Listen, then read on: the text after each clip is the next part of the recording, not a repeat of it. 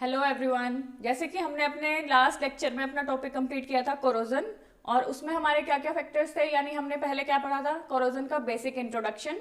उसके बाद हमने पढ़ा उसके फैक्टर्स, उसके कोजेज। अब हम पढ़ेंगे इसके प्रिवेंशन, यानी हमारा ये है यूनिट 3 का लेक्चर 3, जिसमें हम पढ़ेंगे प्रिवेंशन ऑफ कोरोजन। इस टॉपिक को आप इस तरीके से भी बोलते हैं, यानी इसका नाम है प्रोटेक्टिव मेजर अगेंस्ट कोरोजन, यानी आप या तो बोलेंगे प्रिवेंशन ऑफ कोरोजन या फिर protective measure against corrosion. Let's start. अब इसमें हमारा क्या आता है कि हम कोरोजन को प्रिवेंट कैसे करेंगे, यानी हमारे पास डिफरेंट मेथड्स होंगे जिसके थ्रू हम क्या करेंगे, अपने कोरोजन का प्रिवेंशन करेंगे। तो सबसे पहले हमारे पास क्या है, हमारे पास 5 मेथड्स हैं, यानी वेरियस प्रोटेक्टिव मेथड्स हैं जिनके थ्रू हम क्या करेंगे, इसका प्रिवेंशन करेंगे। सबसे पहले हमारा क्या आएगा, मॉडिफिकेशन ऑफ द एनवायरनमेंट, यानी हम अपने एनवायरनमेंट में, यानी जो हमारा फैक्टर एनवायरनमेंट से आ रहा है जिसकी वजह से कोरोजन हो रहा है, हम उसको कैसे प्रिवेंट करेंगे, यानी उसमें मॉडिफिकेशंस किस तरीके से करेंगे। अभी मैं सिर्फ आपको ये सारे हेडिंग्स बता रही हूँ, इसके बाद हम इनको फर्दर एक्सप्लेन करेंगे वन बाय वन।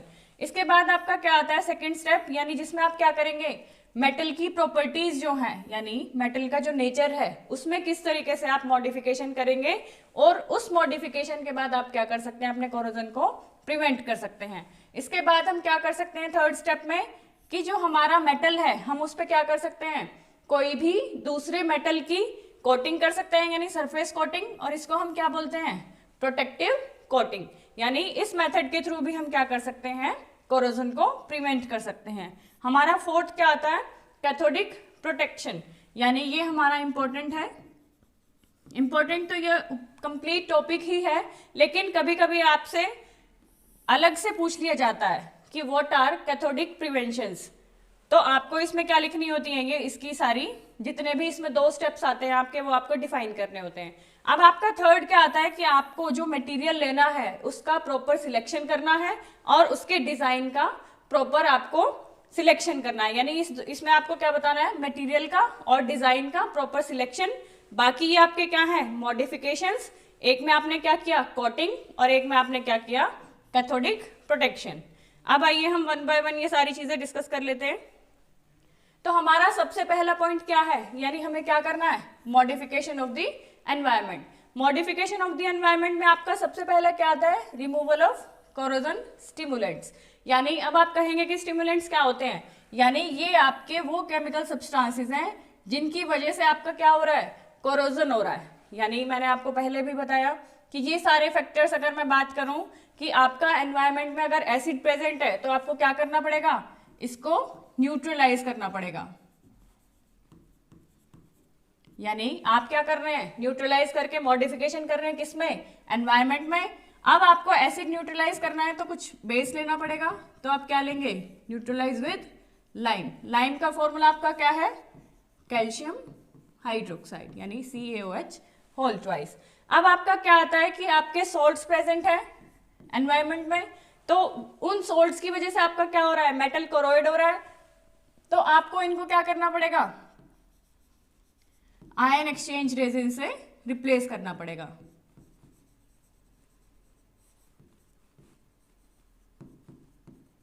अब आपके पास क्या आता है, आपके एनवायरनमेंट में क्या है, मॉइस्चर कंटेंट है। अब इस मॉइस्चर को आप क्या करोगे, डीह्यूमिडिफाई। ये आप कैसे करेंगे, डीह्यूमिडिफाई करेंगे आप जो आपके रिड्यूसिंग एजेंट्स हैं, like hydrazine, that is N2H4। अब आपका क्या आता है next content, that is oxygen, यानी ऑक्सीजन की प्रेजेंस में अगर आपका कोरोजन हो रहा है तब आप उसको क्या करोगे, डीएरेट, यानी वहां से आप ऑक्सीजन को रिमूव कर रहे हो, यानी डीएरेशन किसकी प्रेजेंस में आप करेंगे, डीएरेशन होगा आपका सिलिका जेल की प्रेजेंस में। यानी ये चीजें आपको याद रखनी है कि आपने जब भी एनवायरनमेंट में मॉडिफिकेशन करनी है, तो अगर आपके ये फैक्टर्स प्रेजेंट हैं तो इन फैक्टर्स को आपको क्या करना है, इस तरीके से रिमूव कर देना है। यानी अगर मॉइस्चर प्रेजेंट है तो आपने क्या किया, हाइड्रोजन ऐड करके मॉइस्चर कंटेंट रिमूव कर दिया। ऑक्सीजन प्रेजेंट है तो ऑक्सीजन को रिमूव आपने किया सिलिका जेल से। ये सारे स्टेप्स आपको क्या है, स्टेप बाय स्टेप तो हल्के फुल्के याद करने पड़ेंगे, इसमें आपके पास और कोई ऑप्शन नहीं है। अब आपको क्या करना है, सेकंड स्टेप आपका क्या आता है, जब भी आपका आता है एनवायरमेंट में मॉडिफिकेशन का, तो यानी आपके पास क्या है, इनहिबिटर्स होते हैं। यानी इनहिबिटर्स आपके वो सब्सटेंसेस हैं जो आपके एक्सटर्नल यानी आप एनवायरमेंट में ऐड करा रहे हैं, जिनसे आप क्या कर रहे हो, अपने कोरोजन को रिमूव कर रहे हो। अब ये इनहिबिटर्स आपके किस तरीके के होते हैं, दो तरीके के होते हैं, यानी पहला एनोडिक, दूसरा कैथोडिक, और अगर थर्ड की बात करें तो ये आपके कैसे हैं, वोलेटाइल या वेपर फेज। अब मैंने आपको रिएक्शंस बताई थी कि जब भी हमारा मैकेनिज्म हो रहा है किस चीज का, यानी हमारे पास किस चीज का मैकेनिज्म हुआ, कोरोजन का, यानी जब भी कोरोजन हो रहा है तब हमने क्या बात करी, एनोडिक रिएक्शन और कैथोडिक रिएक्शन। अब हमने जब भी कोरोजन की बात की तो हमने किसकी बात करी, आयरन मेटल की, आयरन मेटल यानी रस्टिंग ऑफ आयरन की बात की। तो हमने यहाँ पे क्या लिया, आयरन मेटल, और इसका हमने एनोडिक रिएक्शन लिखी, दैट इज Fe2+ में कन्वर्ट हुआ विद लॉस ऑफ 2 इलेक्ट्रॉन्स। अगर यही हम बात करें कैथोड की, तो कैथोड हमारा कैसा था, यानी हमने जब भी कोरोजन की बात की तो हमने दो कंडीशंस की बात की कि हमारा कैथोड क्या है, मीडियम डिपेंडेंट है। ये क्या है हमारा, मीडियम डिपेंडेंट। अब जैसे ही ये मीडियम डिपेंडेंट है तो ये एसिडिक मीडियम में यहां पे हमने रिएक्शन क्या लिखी थी, यानी अगर मैं कैथोड की रिएक्शन लिखूं तो ये हमारी दो तरीके से लिखी जाएंगी, यानी एक आपका एसिडिक मीडियम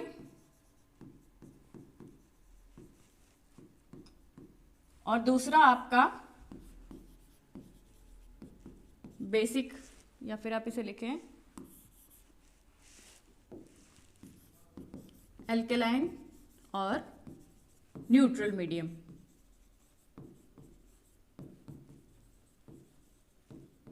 जब आपने एसिड मीडियम की बात की थी तो आपने कौन सी रिएक्शन की बात की थी, यानी हमारे पास क्या था, H पॉजिटिव आयंस थे प्लस 2 इलेक्ट्रॉन्स का जो वहां से लॉस हुआ था वो हमने गेन कराया था। रिएक्शन बैलेंस करने के लिए हमने क्या किया, H2। और ये वाला जो मैकेनिज्म आपका था इसको आप क्या बोलते हो, इवोल्यूशन ऑफ H2 यानी हाइड्रोजन गैस। अब यही आपने अल्कलाइन और न्यूट्रल मीडियम की जहां बात की थी वहां आपने क्या बोला था कि वहां पे ऑक्सीजन प्रेजेंट है, that is half O2 plus, जब भी ऑक्सीजन प्रेजेंट है तो आपने क्या बताया था, इसके लिए नेसेसरी कंडीशन की वाटर मॉलिक्यूल प्रेजेंट होंगे। देन आपने क्या बताया कि आप कौन सी रिएक्शन लिख रहे हैं, कैथोड की रिएक्शन लिख रहे हैं, तो ऑब्वियस सी बात है 2 इलेक्ट्रॉन्स का गेन। तो आपके पास यहां से क्या मिला, आपको मिले 2 हाइड्रोक्साइड्स आयन यानी 2OH नेगेटिव। अब आपने जैसे ही ये चीजें देखी कि आपका ये कैथोडिक रिएक्शन डिफरेंट है लेकिन आपकी एनोड की रिएक्शन क्या थी, सेम थी, तो इसी तरीके से आपके एनोडिक इनहिबिटर्स काम करेंगे, इसी तरीके से आपके कैथोडिक इनहिबिटर्स काम करेंगे। यानी एनोडिक इनहिबिटर्स का क्या काम है कि वो आपका क्या करेगा, जो आपके एनोड पे मेटल के आयंस बने हैं उनके साथ कंबाइन करेगा और क्या बना लेगा, एक इनसोल्यूबल प्रेसिपिटेट बना लेगा। यानी एनोडिक आयंस के साथ कंबाइन हुआ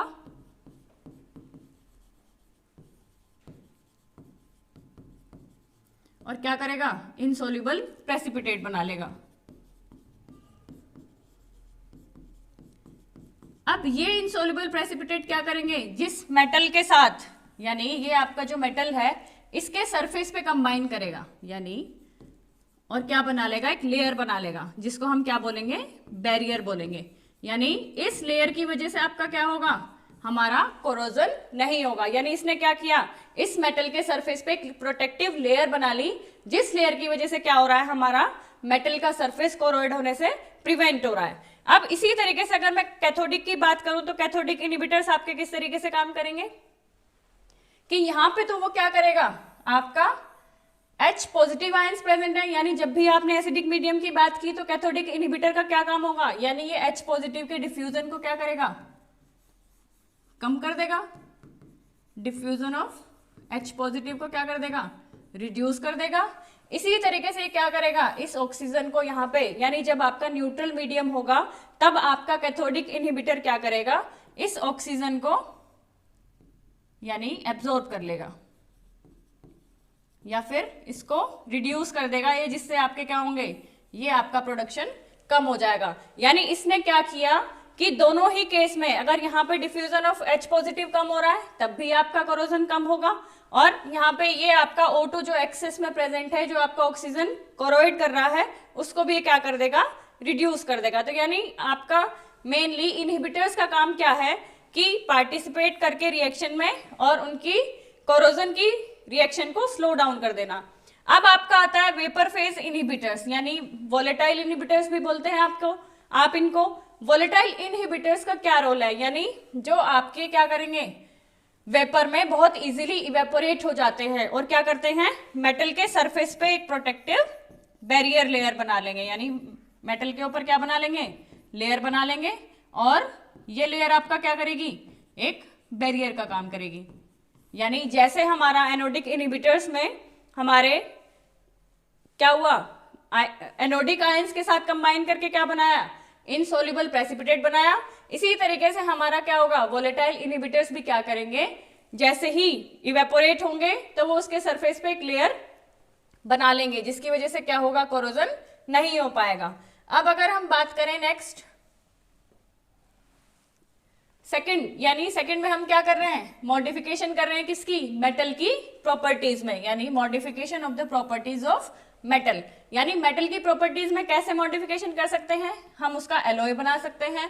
एलॉय बनाने के बाद क्या होगा, उसकी कोरोजन कंडीशंस इंप्रूव हो जाएंगी, यानी कोरोजन रेजिस्टेंस होगा। इसके बाद आपका सेकंड आता है एनिलिंग।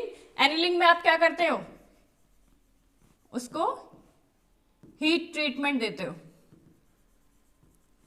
रिफाइनिंग में हमारा क्या रहता है कि जैसे ही हमने कोई एलॉय बनाया और उसमें हमें क्या करना है, किसी भी एक मेटल का कॉम्पोजिशन कम करना है, यानी उसका कंटेंट कम करना है, तो उसके लिए हम क्या करते हैं, रिफाइनिंग प्रोसेस करते हैं। ये प्रोसेस भी आपकी क्या है, modification in property of metal है, जिसके बाद क्या होता है, हमारा मेटल इजीली कोरोड नहीं होगा। अब हमारा थर्ड स्टेप आता है कि हमने क्या बात की कि अगर हम किसी मेटल के सरफेस पे, यानी जिसे हमें कोरोजन से प्रिवेंट करना है, अगर उसके ऊपर हम प्रोटेक्टिव लेयर या फिर सरफेस कोटिंग, जिसको हमने पहले बोला है, अगर ये सरफेस कोटिंग हम इसके ऊपर कर दें तो ये क्या करेगा, इजीली कोरोड नहीं होगा। तो इसके भी हमारे पास दो तरीके हैं, यानी पहला हमारा तरीका है मेटेलिक कोटिंग, दूसरा हमारा ऑर्गेनिक कोटिंग। अब मेटेलिक कोटिंग में हमारे दो तरीके हैं, यानी एनोडिक कोटिंग और कैथोडिक कोटिंग।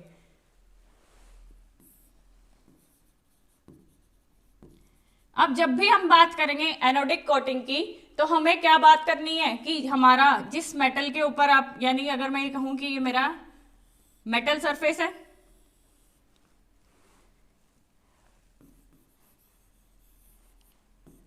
यानी ये मेरा मेटल है, इस मेटल को मुझे क्या करना है, कोरोजन से प्रिवेंट करना है।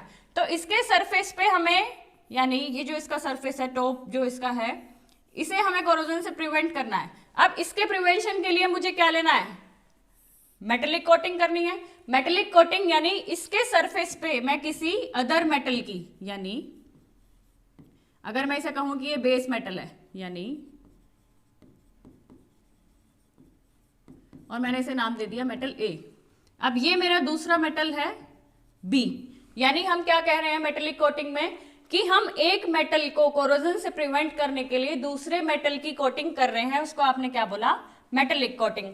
अब जब भी आपने एनोडिक कोटिंग की बात की तब आप ये कहेंगे कि जिस मेटल को आप प्रिवेंट कर रहे हैं, यानी बेस मेटल, उस मेटल के ऊपर आप ऐसे मेटल की कोटिंग कर रहे हैं जो आपका मोर एनोडिक है as compared to base metal. यानी ये आपका किस तरीके का हो जाएगा, मोर रिएक्टिव, इसीलिए आपने क्या बोला इसको, एनोडिक।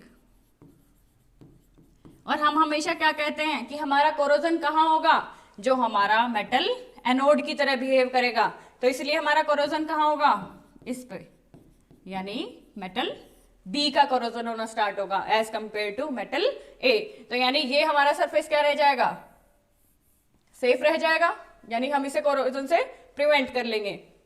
अब इसी तरीके से जब हम कैथोडिक कोटिंग की बात करेंगे और इस केस में आपको एक चीज याद रखनी है कि यहाँ पे भी यही चीज हो गई, यानी ये मेटलिक कोटिंग का ही पार्ट है, यानी एक मेटल के ऊपर दूसरे मेटल की कोटिंग। अब यहाँ पे आप एनोडिक मेटल ना लेके आप क्या ले लेंगे, कैथोडिक मेटल ले लेंगे। अब ये चीज मैंने आपको गैल्वेनिक सीरीज में बताई थी कि आपके एक सीरीज है, यानी मैग्नीशियम से स्टार्ट होती है, यहाँ पे आपका गोल्ड और प्लेटिनम। इसमें हमने ये बोला था गैल्वेनिक सीरीज में कि जैसे ही आप टॉप टू बॉटम मूव करते हैं तब आपका क्या होता है, यानी अबव जो एलिमेंट्स हैं वो आपके एनोडिक बिहेव करते हैं और बिलो जो हैं वो आपके कैथोडिक तरीके से बिहेव करते हैं। तो अब यहाँ पे आपको क्या लेना है, यानी ये आप इनको क्या बोल सकते हो, इनर्ट मेटल भी बोल सकते हो या फिर लेस रिएक्टिव, यानी ये अगर रिएक्ट करेंगे तो बहुत कम करेंगे, अदरवाइज किसी किसी केस में नहीं करेंगे। अब जब भी आप यहाँ पे मेटल बी में कैथोडिक पार्ट वाले यानी कैथोडिक मेटल्स लोगे, यानी अगर मैं बात करूं प्लेटिनम की बात करूं या फिर गोल्ड की बात करूं, तो इस केस में क्या हो जाएगा, ये इस तरीके की कोटिंग आपकी कैसी हो जाएगी, कैथोडिक कोटिंग हो जाएगी, क्योंकि आपने अपने बेस मेटल को प्रिवेंट करने के लिए क्या किया, किसी कैथोडिक मेटल का यूज किया। अब आपका आता है ऑर्गेनिक कोटिंग, यानी जब भी आप पेंट और वार्निशेस इन सब चीजों का यूज करते हो, तो ये आपकी पेंट और वार्निशेस ये कैसी आती हैं आपकी, ये आपकी आती हैं ऑर्गेनिक कोटिंग में। तो ये सारी चीजें कुछ कुछ आपकी क्या है, जो आप अपनी बेसिक एवरीडे लाइफ में चीजें यूज करते हो, यही आपकी सारी चीजें हैं, तो ये आपको याद भी रह जाएंगी। अब हम इन दोनों में अगर डिफरेंस की बात करें कि आपका एनोडिक कोटिंग और कैथोडिक कोटिंग में डिफरेंस क्या है, अगर मैं बात करूं कि हमने जो मेटल लिया, यानी यहां पे आपने क्या बात की, ये सरफेस को प्रोटेक्ट करने के लिए आपने क्या लिया, ये आपका मेटल ए, ये आपका मेटल बी। बी आपका क्या है, हाईली रिएक्टिव है, यानी ये एनोडिक है।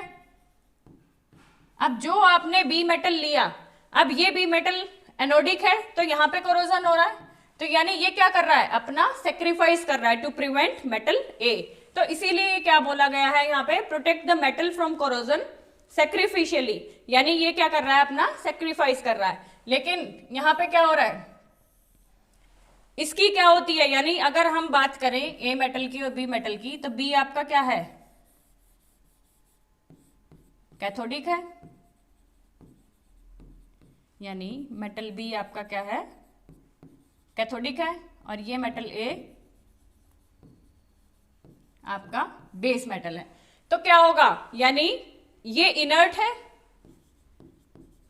यही बात तो हमने की गैल्वेनिक सीरीज से कि हमारा क्या है, ये हमारा इनर्ट है या फिर लेस रिएक्टिव है, तो इसके पास ऑब्वियसली टेंडेंसी है कम रिएक्ट करने की, या फिर करेगा ही नहीं। तो इसकी वजह से इसके पास क्या है, कोरोजन रेजिस्टेंस पावर है, और जो कि बहुत ज्यादा हाई है, तो इसमें कोरोजन आपका इजीली नहीं होगा। अब जब भी आप बात करेंगे एनोडिक कोटिंग की, तो बेस मेटल कोरोइड नहीं होगा, यानी अगर मैं ये कहूं कि ये इसका पूरा कोटिंग जिस मेटल से किया है, यानी मेटल बी से, तो जब तक ये पूरी कोटिंग हट नहीं जाएगी तब तक क्या होगा, इसमें कोरोजन स्टार्ट नहीं होगा। लेकिन यहाँ पे क्या है, इस केस में, यानी जब भी आप कैथोडिक कोटिंग की बात करें कि अगर मेटल बी की कोटिंग कहीं से हल्की सी भी हट गई, तो वो आपका कोरोजन क्या है, बहुत स्पीड से होना स्टार्ट हो जाएगा। अब यहाँ पे अगर एग्जाम्पल की हम बात करें, तो आप ये देखेंगे कि coating of zinc on iron metal, यानी जब आप गैल्वेनिक सीरीज में देखेंगे तो जिंक आपका अबव है और आयरन मेटल आपका नीचे है। लेकिन यहीं अगर हम बात करें आयरन की और टिन की, तो इनकी पोजीशन कुछ गैल्वेनिक सीरीज में इस तरीके से है। तो यानी ये यहाँ पे क्या है, आपका एनोड की तरह बिहेव कर रहा है और ये आपका कैथोड की तरह बिहेव कर रहा है। तो इसीलिए ये सारे एग्जाम्पल आपको दिए गए हैं और ये सारी चीजें आपको गैल्वेनिक सीरीज से बताई गई हैं कि ये आपका एनोडिक कोटिंग कब हुआ और ये कैथोडिक कोटिंग किस तरीके से हुआ।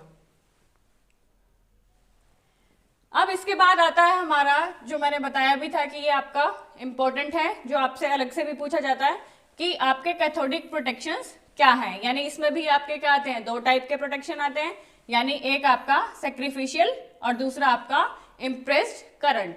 अगर मैं बात करूं सैक्रिफिशियल एनोड की, तो इसमें आपको क्या लेना है, यानी आपने एग्जाम्पल देखा होगा कि हमारे सोयल में क्या होते हैं, वाटर की पाइपलाइंस या फिर इलेक्ट्रिसिटी की। तो ये क्या है, हमारा सरफेस है, इसके नीचे ये आपका क्या है, सोयल।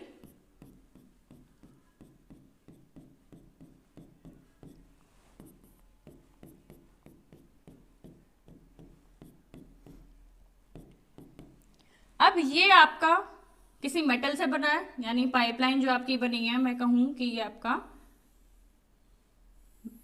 मेटल है। अब इस मेटल को आपको कोरोजन से प्रिवेंट करना है, यानी ये सोयल के अंदर है, यानी सोयल के अंदर बरीड डाउन। अब ये बरीड होने के साथ साथ यहाँ पे सोयल के अंदर मॉइस्चर भी तो है, तो एक टाइम के बाद क्या होगा, इसमें कोरोजन होना स्टार्ट हो जाएगा। तो आपको जब इसको कोरोजन से प्रिवेंट करना है तो आपको क्या करना पड़ेगा, इसको किसी वायर से कनेक्ट करके, यानी मैं अगर कहूं कि मैंने इसको किसी वायर से कनेक्ट किया और ये वायर से कनेक्ट करने के बाद मैंने यहाँ पे इसे एक मेटल से कनेक्ट कर दिया, ये जो मेरा काम करेगा एनोड की तरह, और ये मेरा मेटल काम करेगा उसके बाद कैथोड की तरह। यानी हम ये कह रहे हैं कि हमें अपने मेटल को प्रिवेंट करने के लिए क्या करना पड़ा, एक वायर से कनेक्ट करके एक एनोडिक मेटल से, यानी एनोडिक मेटल आपका कैसा होगा, हाईली रिएक्टिव। जब भी हाईली रिएक्टिव की बात करें इलेक्ट्रोकेमिकल सीरीज में, तो हम क्या कहेंगे, अपनी गैल्वेनिक सीरीज देखेंगे। जैसे ही हमने गैल्वेनिक सीरीज की बात की, हाईली रिएक्टिव की बात की, तो यानी top of the series that is anodic. और एक चीज मैं फर्स्ट डे से आपको बता रही हूं, जब से हमारा कोरोजन का टॉपिक स्टार्ट हुआ है, कि जब भी आपका एक एनोड और एक कैथोड बने, यानी पोटेंशियल डिफरेंस जनरेट हुआ, तो जब भी आपका कोरोजन होगा तो कहां होगा, कोरोजन होगा आपका एनोड पे। तो यानी इस मेटल को प्रोटेक्ट करने के लिए ये जो आपका एनोड है, इसने अपना क्या किया, सेक्रीफाइस किया। यानी यही सेम चीज आपकी क्या थी, एनोडिक कोटिंग में भी थी, और यही आपका क्या है, सेक्रीफिशियल एनोडिक प्रोटेक्शन में भी है, कि आपने अपनी इस मेटल को प्रिवेंट करने के लिए इसको एक वायर से कनेक्ट किया जिसके थ्रू करंट पास हो रहा है, और ये करंट पास हो रहा है और इससे आपने कनेक्ट क्या किया, अपने एनोडिक मेटल से। ये एनोड मेटल जो है, यानी ये एनोड जिस मेटल से बनी होगी वो आपको मेनली कैसा लेना है, जिस मेटल को आपको प्रिवेंट करना है। अगर मैं ये कहूं कि ये आयरन है, तो अगर आपको ये आयरन को प्रिवेंट करना है तो यहाँ पे आपको हाईली रिएक्टिव या तो मैग्नीशियम लेना पड़ेगा या फिर जिंक लेना पड़ेगा, यानी आपका आयरन से ज्यादा रिएक्टिव होना चाहिए। अब आपका इसमें आता है next, impressed current cathodic protection. इसमें हमारा क्या रहेगा कि जैसे हमारा मेटल है, ये भी अगर हम बात करें कि हमारा जो मेटल है वो अंडर द सोयल है, यानी आपको इसको कोरोजन से प्रिवेंट करना है। इसमें आपको क्या करना है, इम्प्रेस्ड करंट की जब बात हो रही है तो आपको इसे एक वायर से कनेक्ट करना है, यानी वायर से कनेक्ट करेंगे, और इस वायर को आपको क्या करना है, एक एक्सटर्नल सोर्स प्रोवाइड करना है। ये जैसे ही आपने इसको टर्मिनल प्रोवाइड किए, ये पॉजिटिव ये नेगेटिव। अब आपको क्या याद रखना है कि इसका पॉजिटिव टर्मिनल, अब आप क्या करेंगे, इसको एक एनोड मेटल से कनेक्ट करेंगे, यानी आपने इसको क्या बोला कि ये एनोड। अब ये जैसे ही एनोड है तो एनोड आपकी कैसी बनेगी, एनोड आपको हमेशा याद रखना है कि एनोड आपकी बनेगी अब इनर्ट मेटल की, या तो आपका होगा ग्रेफाइट या प्लेटिनम या फिर आयरन स्क्रैप, यानी इस तरीके के मेटल्स जो आपके इनर्ट है नेचर में।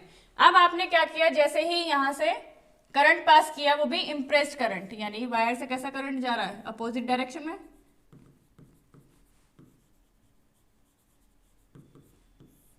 अब ये यहाँ पे क्या होगा, एनोड पे आपका कोरोजन स्टार्ट हो जाएगा। अब जैसे ही कोरोजन होगा, ये मेटल आपका क्या हो जाएगा, कैथोड, और ये आपका प्रिवेंट हो जाएगा।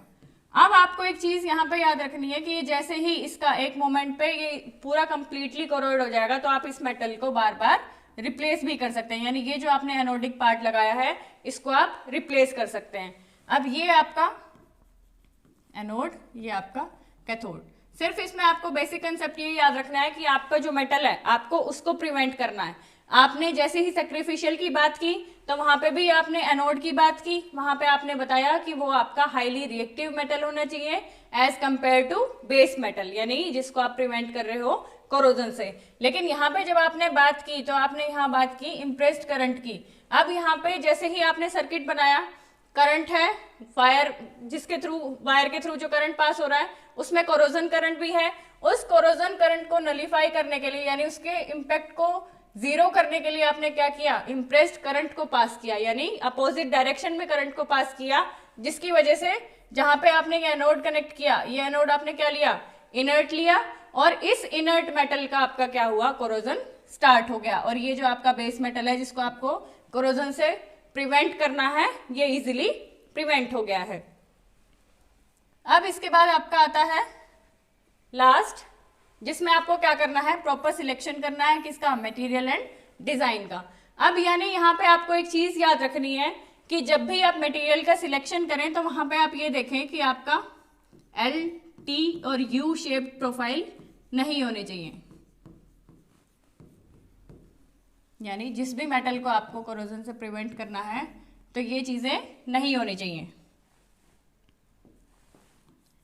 यानी इस तरीके की प्रोफाइल्स नहीं होने चाहिए, क्योंकि इसमें जितने ज्यादा एजेस होंगे उतने ही आपका क्या होगा, दिक्कत आएगी आपको कोरोजन से प्रिवेंट करने में, एजेस होंगे, एंगल्स होंगे। अब इसका मैं एक एग्जांपल आपको बताती हूं कि अगर आपका वाटर टैंक इस शेप का है, यानी इस तरीके का है, यानी ये अगर आप सरफेस कहेंगे इसे, तो ये यहाँ पे क्या है, स्पेस है, जिसको गैप को आपने क्या बोला था, जब आपने टाइप बताया था तो ये था हमारा क्रेवाइस। इस क्रेवाइस की वजह से क्या होगा, ये हमारा एनोड की तरह बिहेव करने लगेगा और ये पार्ट आपका कैथोड की तरह, तो इजीली कोरोइड होना शुरू हो जाएगा। लेकिन अगर यहीं पे आपका ये इस तरीके का है और ये आपके सपोर्टिंग सिस्टम है,